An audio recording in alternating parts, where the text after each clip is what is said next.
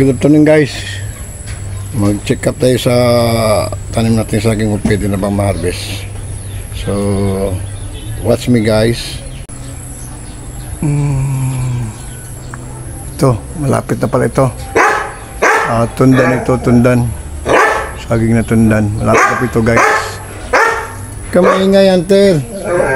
Ingay ano. So, tinalian ko na guys kasi malapit nang matumba. So, tintis na lang, ma-harvest na siya, mga 2 weeks na lang. Ito pang isa guys, tingnan natin. Uy, ganun din siya guys. 2 weeks na lang guys, at malapit na rin siya. So, next week pwede na ito. Tsaka yung isa.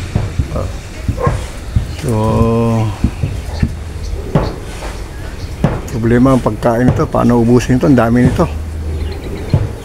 Ito yung tundan ito, ano ito, saba po ito guys, saba guys. So, tingin pa tayo kung saan pa.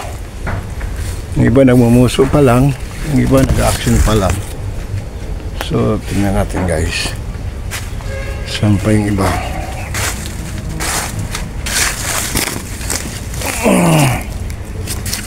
Uy, ito meron pala. Ito. Puso na siya. Saba pa rin ito, saba. So, tagal pa ito guys. Hintayin pa natin yan.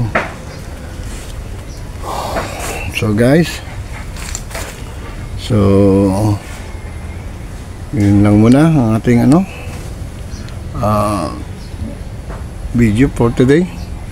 So thank you guys, thanks for watching. So guys, mangga guys. Yo, ang palit mo, bomba?